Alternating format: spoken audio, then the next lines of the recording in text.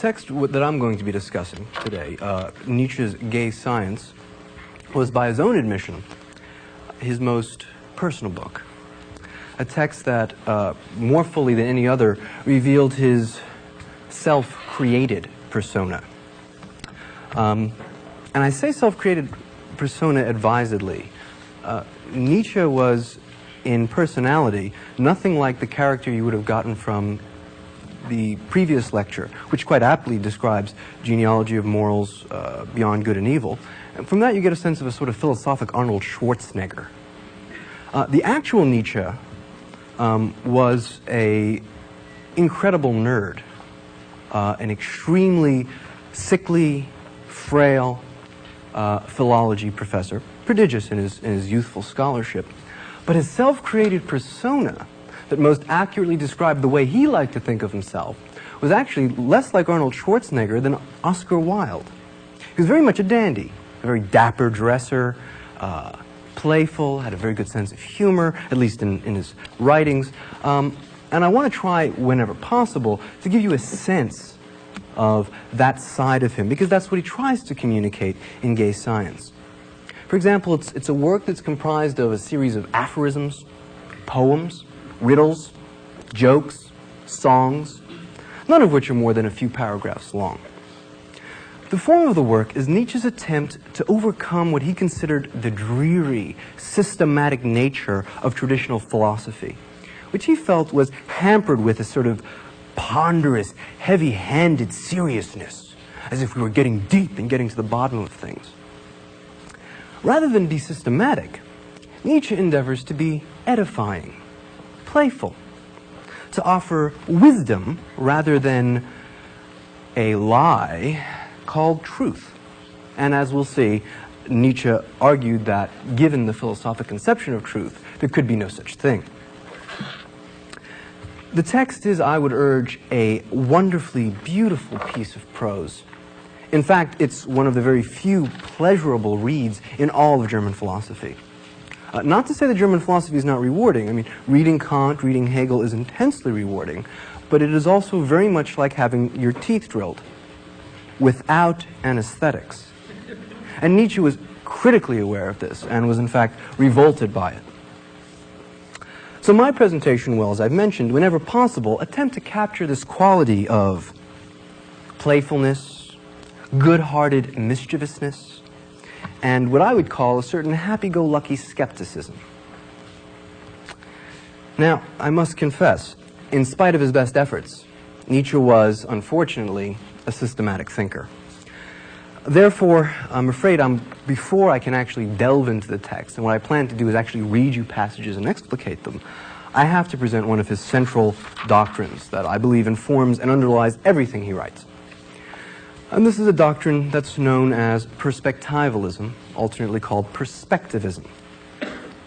In brief, the doctrine holds that all of our concepts, our language, our culture, represent perspectives which we impose on experience. Right? We put a mask, as it were, over the realm of experience to create a, quote, world. And since Nietzsche is systematic in all of his theories and theorems interrelate, I can draw on the last lecture to give you an example of this. Take morality. Is morality an absolute reflection of the truth? Or is morality, as Nietzsche says, perspectival? In other words, consider the master morality that Professor Sugrue has so aptly described. It is a morality of, not of what one does, but what one is. Right? From a certain perspective, it has an intuitive sense. The good man is a man who's good for something. And one can easily picture the situation. You're going off into battle with spears and swords against people with spears and swords, and you have a choice. You can have on your side either, well, Lawrence Taylor, or you can have on your side Mahatma Gandhi. And he says, well, this was the master sense of morality. One of them is good. Lawrence Taylor. Why? Because he's good for something. When you're in the middle of a battle, you'd rather have Lawrence Taylor by your side. Mahatma Gandhi is bad because he's useless. He can't do anything for us. In the middle of a battle, he's going to sit down and start, eating rice or something like that. Perfectly useless. So that's one perspective. And then there's the slave perspective, right? That that Lawrence Taylor is in fact a bad man because he's violent. He's contemptuous of those beneath him. And Mahatma Gandhi was a good man because he had universal love. And Nietzsche says, well, which of these are really true? Neither. There is no real truth to this. There's just those perspectives. And you choose the perspective which works best for you. Now, this is not a complete innovation. That such perspectives are imposed rather than, quote, read off of nature.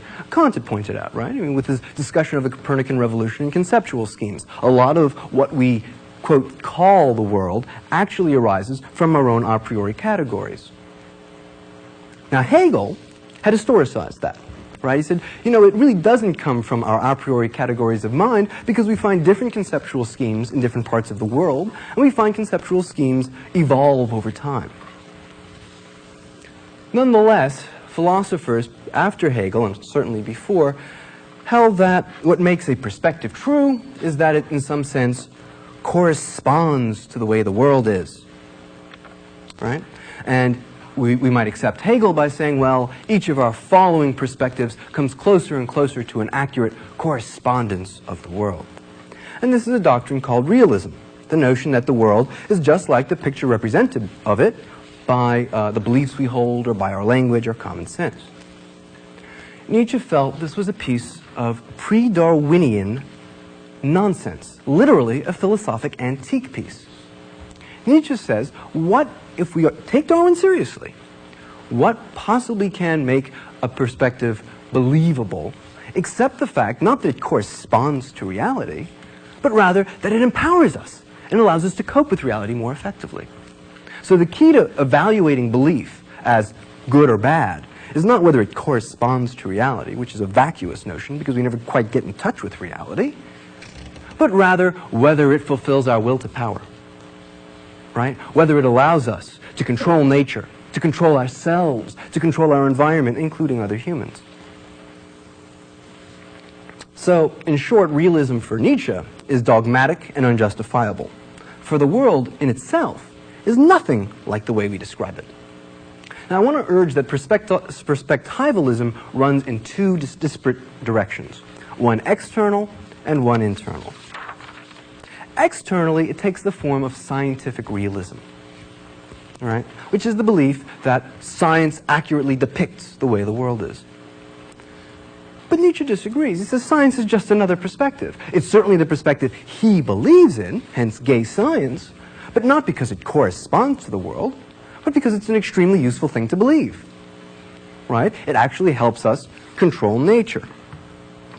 Reality itself is actually just chaos and flux. Nietzsche does occasionally, I must confess, fall into metaphysics. His metaphysics are thoroughly Heraclitean, which is to say, they are the metaphysics we found in Heraclitus, the pre-Socratic philosopher. Persons for Nietzsche are nothing other than a series of drives and instincts. And this is a really Darwinian conception, right? What describes a human is the particular congery of drives and instincts. And Nietzsche sums that up with the phrase, will to power. So all of nature, not just humans, are various wills to power. All the animals are wills to power, trying to dominate their environment, replicate their genetic code as much as they possibly can, and eat other things lower in the food chain. That's the notion of will to power. So science and common sense are just masks that we throw on reality so that we can cope with it, so that we can manipulate it. Now, Nietzsche accepts the correspondence theory of truth as the only tenable theory of truth. And it is for that reason he says there is no truth, right? Because there is no fixed, final, parsed reality for it to correspond to. So don't be upset when we find out that everything is a lie, that there is no truth. It doesn't mean that there's nothing to believe in. It simply means that there is nothing to correspond to our beliefs, that our beliefs simply interact with the world causally rather than correspondentially, right? That they give us a handle on the world. And as I've suggested, therefore, grounds for belief have nothing to do with truth, but rather are all about power over nature and ourselves.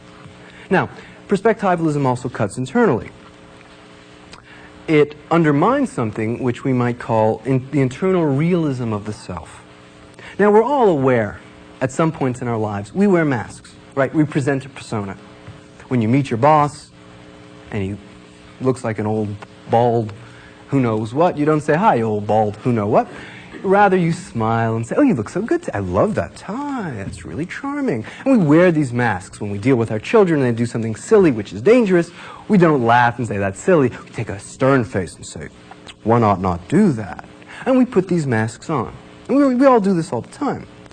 Nonetheless, we have this belief that if we could ever take those masks off, we would find our real self, the real Professor Staloff, as it were. Nietzsche finds this view embarrassingly dogmatic and stupid. There is no real self, any more than a real world. That's an incredibly dogmatic myth. We create ourselves. We create ourselves by putting on masks, masks that we build, perhaps on the basis of models of others, but perhaps on our own. And in fact, that's the distinction he draws about mask wearing. Some people are more than satisfied to wear the masks that their culture presupposes. For Nietzsche, that's dangerous, at least for him. He says that sort of a person has no terror of being a copy, a replica, one just like any other cut out of a cookie-cutter mold. The interesting person is like an artist who self-consciously and artistically creates his own masks. He may not even do it in his personal life. He may do it through his works. And that is exactly what Nietzsche's works represent for him. His own self-created persona, his own self-projected mask. Now, I want very briefly to say that there are some would-be friends of Nietzsche who've claimed that he was not a perspectivalist because that would be a stupid view, right? I mean, if it's all just perspective, then one perspective's as good as another. Well, Nietzsche has a great line. He says, "I wish such disciples on my enemies." Right? He says, that's a cloven-minded thought. The inference limps. Right? And the reason it limps is because such friends assume that the only thing which could count as truth, as grounds for belief, is correspondence. When Nietzsche says, not at all. There's plenty of reasons to decide that physics is more true, say, than the belief that I have wings and can fly off this podium. In fact, the best example of that would be that if I tried it, I'd break my leg. He says, so that's the grounds for belief. Perspectivalism isn't undermined by the critique of relativism. Simply because none of the beliefs are absolutely true doesn't mean we can't choose between them, which fulfill our purposes better.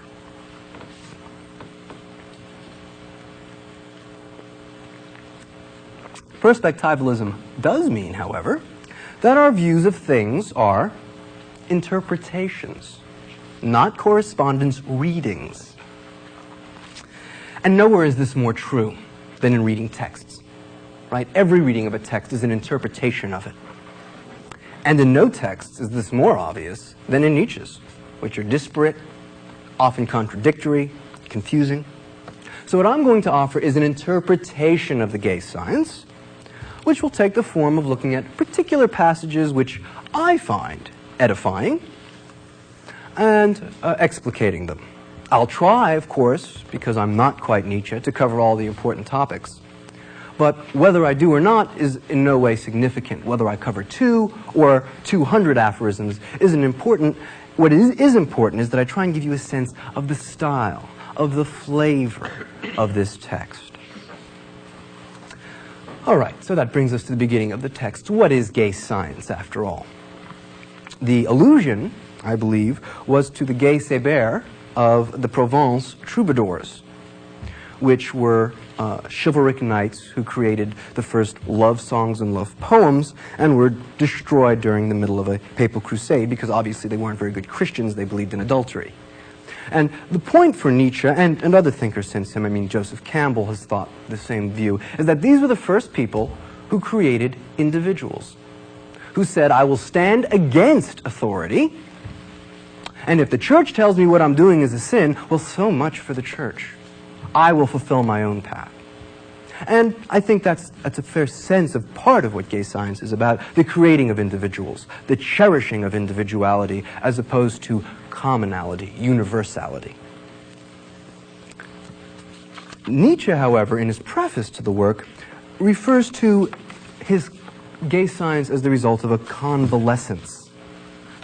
He says, gay science, that signifies the saturnalia of a spirit who has patiently resisted a terrible long pressure. Patiently, severely, coldly, without submitting, but also without hope.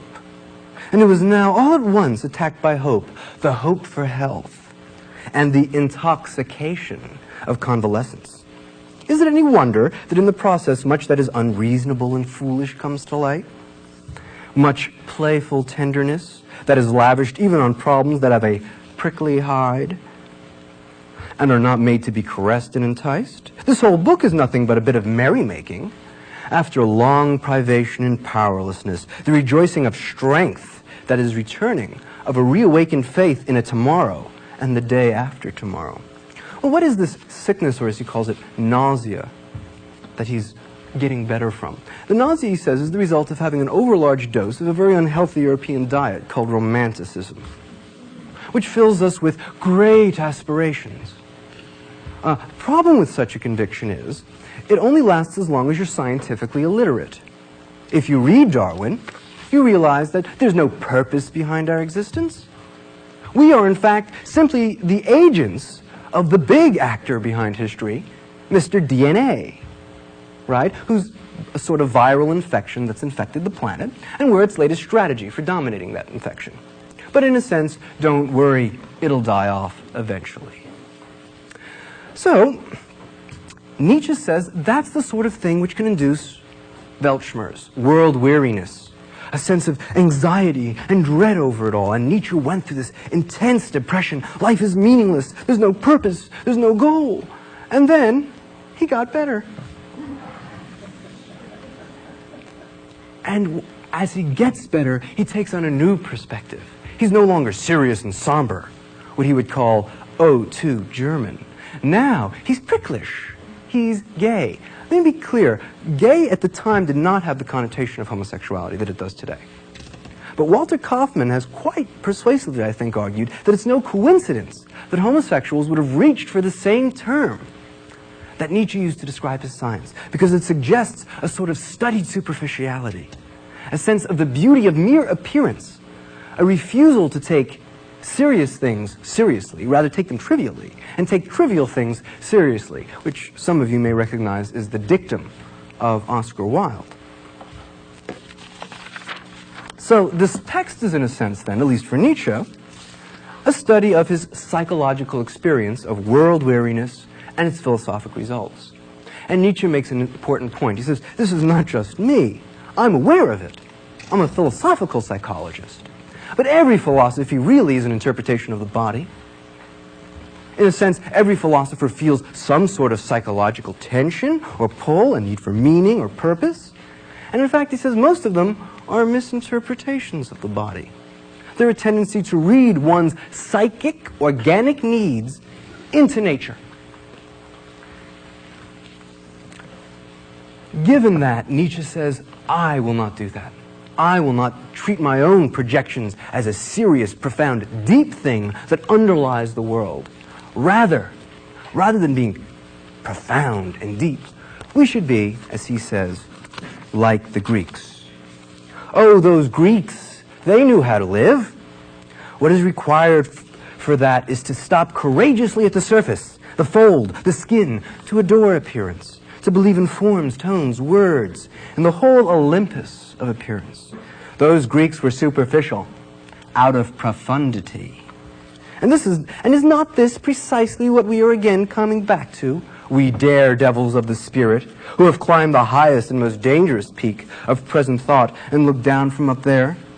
We who have looked down from there, are we not precisely in this respect Greeks, adorers of forms, of tones of words, and therefore artists?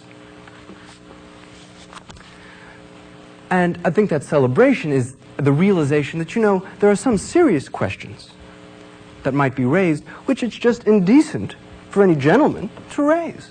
And he tells the story of, he said, there's this anecdote about this young girl who once asked her mother, "Is God everywhere?" She said, "Of course, God is everywhere." And the child said, "Well, I think that's thoroughly indecent. God follows me into the bathroom. I mean, is God there when I'm picking my nose? Oh, that's horrible." And Nietzsche says, well, there may be something to that. A wise man knows what are the fair questions and what sort of questions not to ask. Okay, now we turn to the body of the text itself. Nietzsche added a sort of introduction, which he called Joke, Cunning, and Revenge, which will turn out to be the strategies of gay science. And the book introduces all of the major themes that will be discussed in the text. The very first of these little poems is called Invitation, and it is exactly that. It's an invitation to the text. "Take a chance and try my fare. It will grow on you, I swear. Soon it will taste good to you. If by then you should want more, all the things I've done before will inspire things quite new." And the point Nietzsche is making is, if you follow this book and begin to think dangerous thoughts, you won't follow me. You will create your own.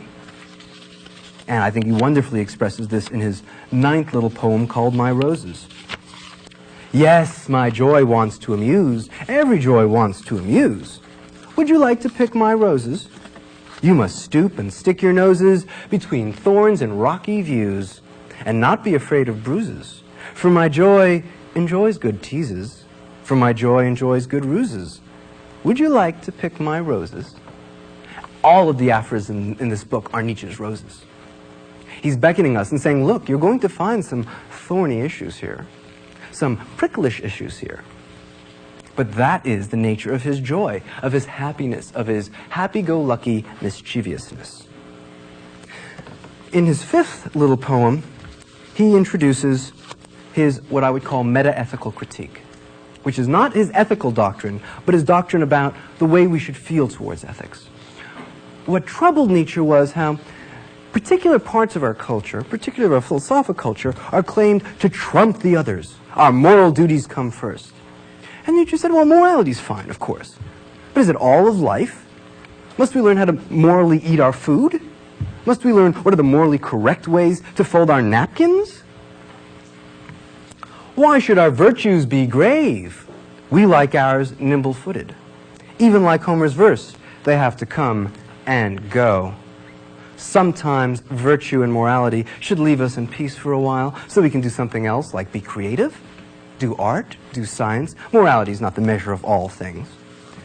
And I think perhaps his most wonderful expression of this is in the text itself. I'm jumping out of place, I know, called Dealing with Virtues. In dealing with a virtue, too, one can lack dignity and fawn. And clearly, I think the figure he's responding to here is Kant. Oh, yes, we must do our duties. Don't you think that's rather bad form, Kant? Don't you think it's rather bad form to constantly fawn before your duties like they were a sort of surrogate god? It shows a real lack of taste. Well, he also introduces himself as a problem in the text. He says, in a wonderful passage called Request, "The minds of others I know well, but who I am, I cannot tell. My eye is much too close to me. I am not what I saw and see. It would be quite a benefit if only I could sometimes sit farther away, but my foes are too distant, close friends still too far. Between my friends and me, the middle would do. My wish, you guess my riddle." And Nietzsche's making a deep point. If there is no real self in there, but only masks, perspectives, I'm a little too close to my own mask to see who I really am. That's your job, the reader, and my job, the reader, the expositor, to try and figure out Nietzsche and come back to him and tell him who he is. But of course, this has a sort of selfish side to it too, which Nietzsche's quite aware of, as he says in For Your Consideration. "Double pain is easier to bear than single pain. Do you accept my dare? Try and think my, quote, dangerous thoughts." Okay, and then finally one last theme in this introduction, and we can turn to the rest of the body of the text, and that is his, what I would call, tasteful critique of Christianity.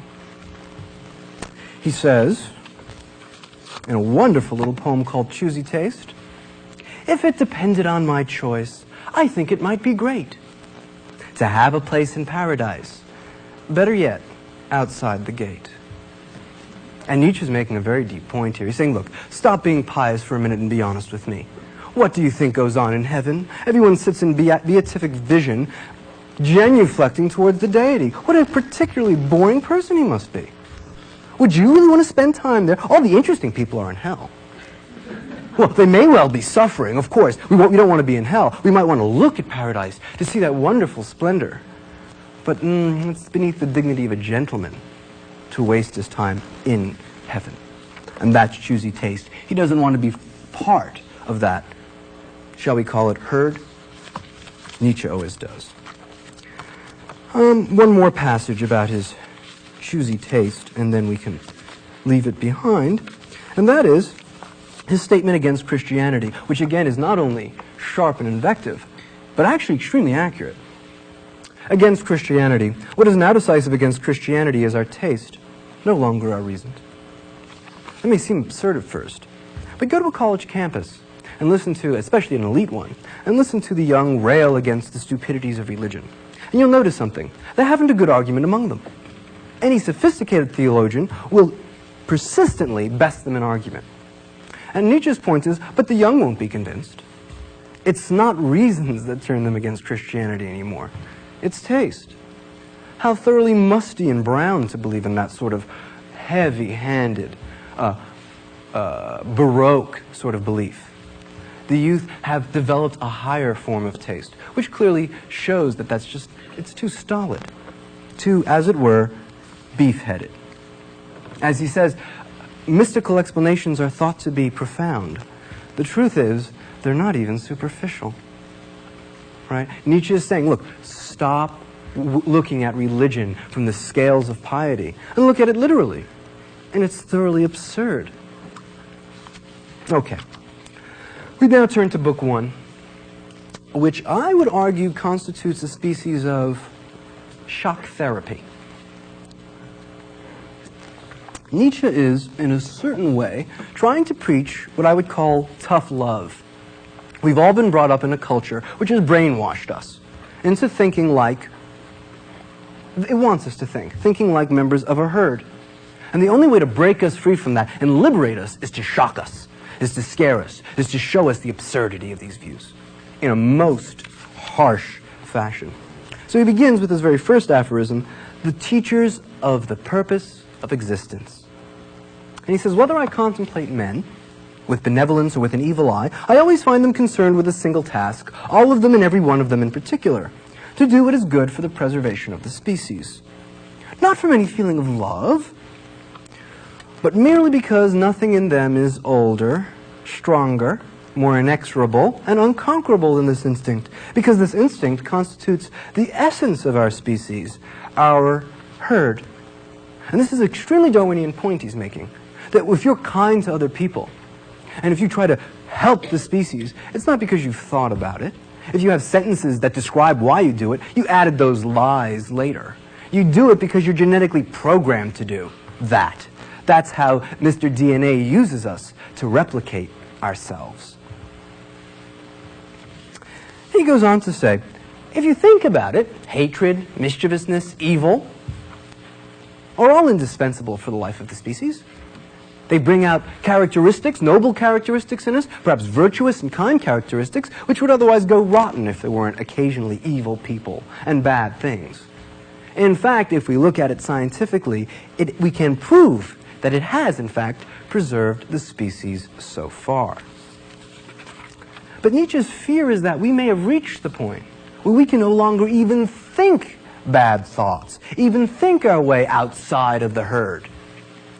For if one could then respond not with a sort of vitriolic anger, but with laughter.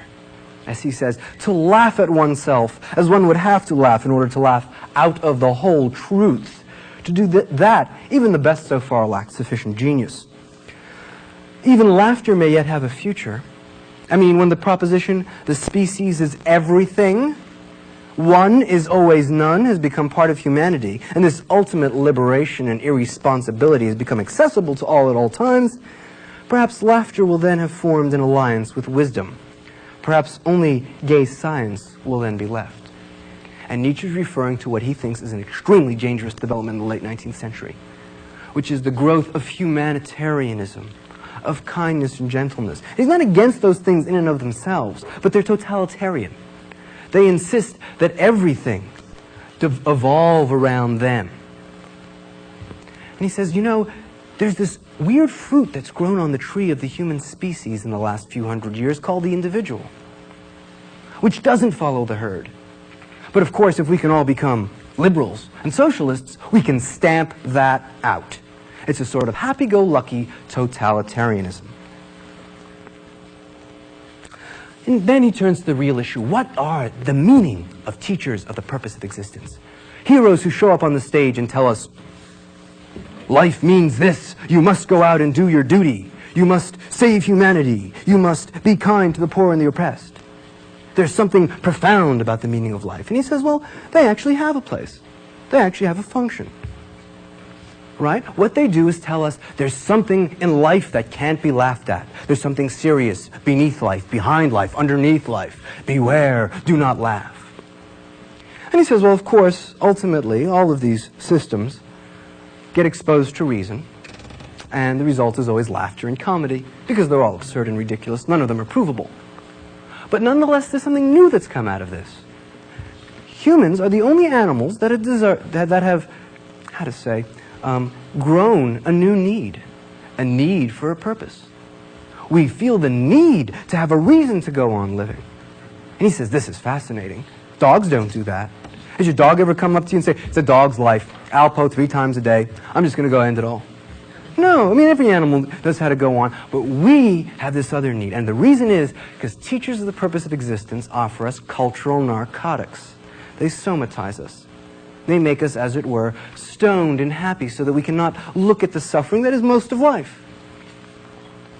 And Nietzsche's point then of tough love is that's the way you break the addiction. I point out to you that it is all absurd. Then he turns to the problem of intellectual conscience. I keep having the same experience and keep resisting it every time. I don't want to believe, although it's palpable, that the great majority of people lacks an intellectual conscience. Indeed, it has often seemed to me as if anyone calling for an intellectual conscience were as lonely in the most densely populated cities as if he were in a desert. Everyone goes right on weighing things in their scales of good and bad and right and evil. When anyone who cares to take a close look at that finds that it's absurd, that evil has an indispensable place in the evolution of the human species. It creates the sort of stormy conditions which make a tree grow strong and firm. And he says, I can't help feeling that deep down inside, every single person has at least the desire for an intellectual conscience. And he says, this is my type of injustice. Which leads directly to the next aphorism, where we're going to find that Nietzsche is actually a profoundly fair person. This aphorism is called noble and common. And he says there's a certain confusion. You find that there are people called, quote, normal, or noble, who are incredibly unreasonable. They somehow throw their life on the rocks of art, or science, or philosophy, squandering their lives for some higher ideal. He says the common person looks at that, and the first thing they think is, how's he getting over? Right? How's he going to turn that into money? I know that's what he's doing. He's going to turn it into money. Everyone does it, turns it into money. And then after a certain point, when he realizes this guy's not making any money, he says, well, he's an idiot. Right? He's a dope. And he says, and that's the injustice of the common person. He can't imagine someone who doesn't have his own straightforward proclivities. And he says, on the other hand, there is the noble person who aspires to higher things. But he too is unjust, because he turns to the common person and says, well, you too have these aspirations. Why is history so stupid? People live such venal lives. And Nietzsche says, that is the injustice of the noble. They assume that everyone is just like them, and so they don't judge them by the proper standards. So when you find common people and say, why don't you aspire to higher things? Nietzsche says, that's an unfair criticism. They're not capable of that. You must judge them by their own standards, by their own rationality. And in fact, he says, the ultimate noble-mindedness is for those who are noble to want to be the exception and not the rule. for the bulk of humanity must be sympathetically understood as common. And that's not a bad thing. That's just the way they are. They're not to be rebuked for that any more than the noble are for being profound. Okay. Finally, I want to turn to, in this shock treatment, his fifth aphorism, unconditional duties. All those who feel they need the strongest words and sounds, the most eloquent gestures and postures in order to be effective at all, such as revolutionary politicians, socialists, preachers of repentance, with or without Christianity, all of whom cannot tolerate semi-success, talk of duties and always of duties that are supposed to be unconditional. And this clearly is a jibe at Kant. And his point is, oh yes, we have some moral conviction I want to give you, which I can't prove to you. So all I do is I dress it up in big words. Oh, it's an unconditional duty. It's a categorical imperative. It's the purpose of human existence. He says, well, you find that because there are certain people, like, say, Kant, who are too noble, perhaps from their birth, perhaps from an experience of their education, to be willing to serve as the function of a political party or to be someone's personal servant. But they still feel the need to be a function of something. So they come up with these pompous principles, unconditional duties. And as he states, refined servility clings to the categorical imperative, and is the mortal enemy of those who wish to deprive duty of its unconditional character. That is what decency demands of them, and not only decency. And I think this is a deep point. He's not being an anti-moralist. He's saying, look, morality has its place. But why can't you tolerate semi-success? Why can't you tolerate saying, you know, kindness is better than cruelty, not because I'm certain about it, but it just seems that way to me? Nietzsche has no problem with that. But no, you have to say, no, I can prove to you that kindness is better than cruelty. He says, well, that's pathological.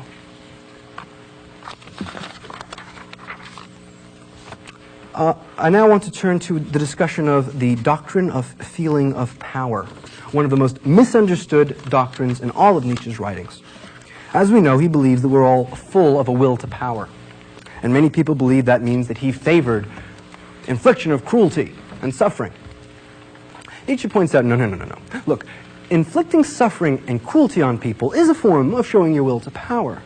But it's the will to power of a weak man. How much more easy is it to make someone suffer than to benefit them? In other words, if you want to see who's the real megalomaniac, the one who's really full of power, look at someone who's kind. What are they showing? I'm so overflowing with life and power that I have some extra I can give you, and you'll be beholden to me. That is the real warrior ideal of Nietzsche. Not a cruel man, but a kind man. And a kind man is not kind for pathological reasons, because it fulfills his feeling of empowerment to help people. That is, as he would say, a profound sense of empowerment. But he points out, never will such a man be kind out of pity. Pity is the most agreeable feeling among those who have little pride and no prospects of great conquests. Rather, he'll be kind out of a sense of overflowing greatness. Another issue which Nietzsche has been incredibly misunderstood about, because he's dialectical and he does say some ugly things on the subject, is women. But as we'll find out, Nietzsche is a dialectical thinker. He sees two sides of every issue. For all of his misogyny, he has this wonderful little passage called the verse dissatisfaction, which he says, you know, the weak and feminine type, what they do when they see a problem or suffering is they make it more beautiful, more profound. Whereas the masculine and strong type, it makes things better. It actually improves them. Right, and here we see sounds like it's going to be a great piece of misogyny. But Nietzsche responds by saying, if this type, the feminine, had not been superabundant in Europe since the Middle Ages, the celebrated European capacity for constant change might never have come into existence. China, for example, is a country in which large-scale dissatisfaction and the capacity for change have become extinct centuries ago. And the socialists would like to bring that to Europe. But fortunately, Nietzsche is not masculine. Nietzsche is feminine. Don't make it better. That just makes us stupid, like a herd. The feminine is the superior. We should make it beautiful. We should make it profound. that's what enables change and dynamism in life. Okay. Finally, I want to turn to the last part of Book 1, from which we'll go right to the end of the text after that, called The Craving for Suffering, which is a wonderfully liberating text for anyone who's spent much time on a college campus, where you will be surrounded by students who protest injustice and suffering and cruelty in the world. And Nietzsche is not against protesting suffering and cruelty. He thinks that's barbaric. He doesn't want barbarians. But he wants to be honest about why they do it. And he says, what you really find is, what young people want is suffering to come to them in the form of a big dragon, this evil thing out there that's objective, so that they can dress up in armor and be heroes and chivalrous knights and go kill the dragon. So they need suffering, they want suffering, and more suffering, and suffering of others. Let's save the whales, let's save the amoebas, let's save the plankton. Oh yes. And he says, and the reason is, of course, because they're bored with themselves. As well they should be. They don't have the ability to create their own authentic suffering and then transcend it with art. So they look to paint suffering on the wall like a big dragon. And he says, they do not know what to do with themselves and therefore paint the distress of others on the wall. They always need others and continually others. Pardon me, my friends, I have ventured to paint my happiness on the wall. Why must we be obsessed with suffering? It's not going to go out of the world. The Buddha was right. Life is suffering. So why dwell on it? Young people, think of the joys of life. Paint your happiness on the wall. Okay, finally now, I wish to take you to the end of the text. To two important, I think extremely important aphorisms. One, number 340, the dying Socrates, in which he quite rightly points out that when Socrates is about to take hemlock, he says, "O Crito," one of his students, "I owe Asclepius a rooster." Asclepius is the god of medicine, and the rooster is obviously a sacrifice to him. And Nietzsche says, what does this really mean? You give Asclepius a rooster when he's cured a disease. What's the disease Nietzsche's being cured of? Life. Nietzsche experienced life as Socrates experienced life as a weight. And he says, and this is a terrifying thought. Because Nietzsche, the Socrates, the good soldier who always wore a chipper and stoical demean on his face, in his last dying breath, with a sort of vicious vengeance, said, really, life is a disease, and I've been cured at last. So he says, therefore we must overcome the Greeks. Now that's a very perspectival point. You needn't read it that way. You could read it as saying, I've overcome the fear of death, therefore give Asclepius a rooster. But it is, in its own way, a perfect example of perspectivalism.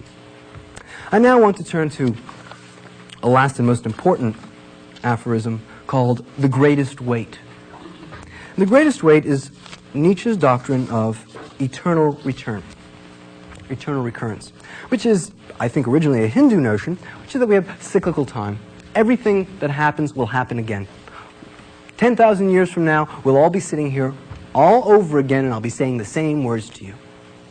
And as we know, when the Hindus thought of that, as any sane man would, the first thing that occurred to them is, what a nightmare. 90% of my life, quit fantasizing, 90% of each of our lives is embarrassment, humiliation, and stupidity.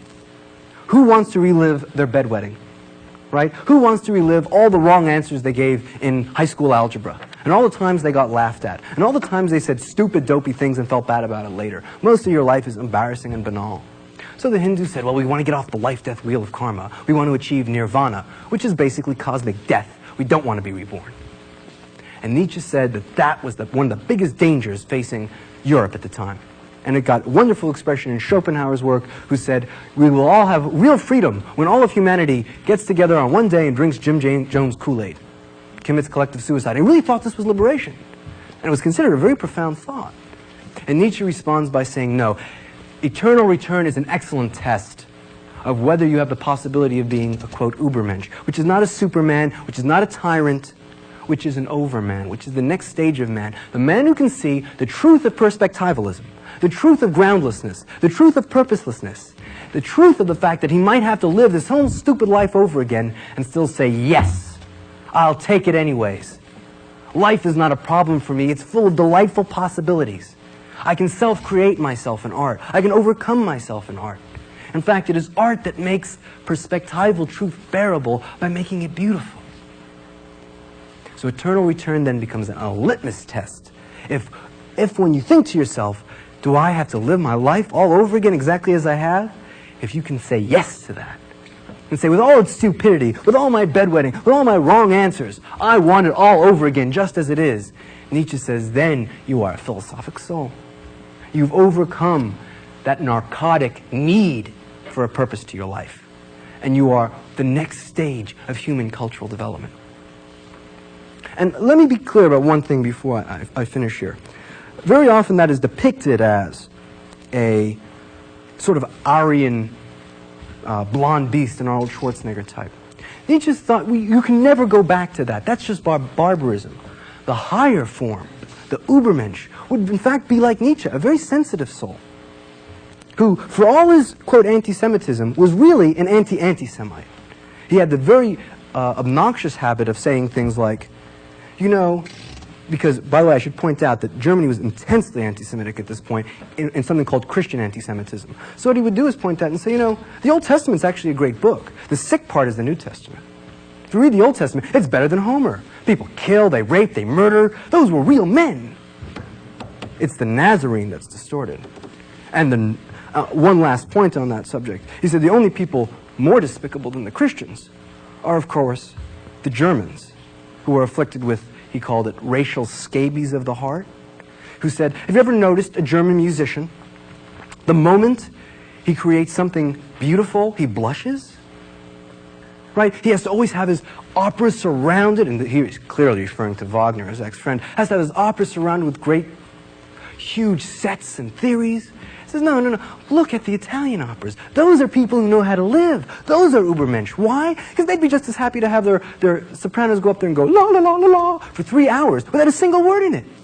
Because they're not trying to be profound, they're trying to be beautiful. They don't feel uncomfortable when they say something nice, or when they say something beautiful, a beautiful phrase. So only a German does that. And his perfect contrast is Beethoven and Goethe. One day they were walking together, supposedly, and along came a member of the royal family, and Beethoven locked arms with Goethe and said, we shall walk through, and they'll have to give way. And Goethe broke his arm and said, what a barbarian. Please, madam, after you. That is the Übermensch. Not some sadistic tyrant, but a cultivated, refined person who sees laughter in everything and joyfulness in the truth, who doesn't need a spiritual narcotic to get through life, who is compassionate out of strength, not out of weakness and pity, and who judges the weak not as inferior, but as common, by their own standard, not by his. Okay, I've given you a taste of Nietzsche. I think the only better way to cash in this lecture is to turn to the text yourselves, and I think you'll find it richly rewarding.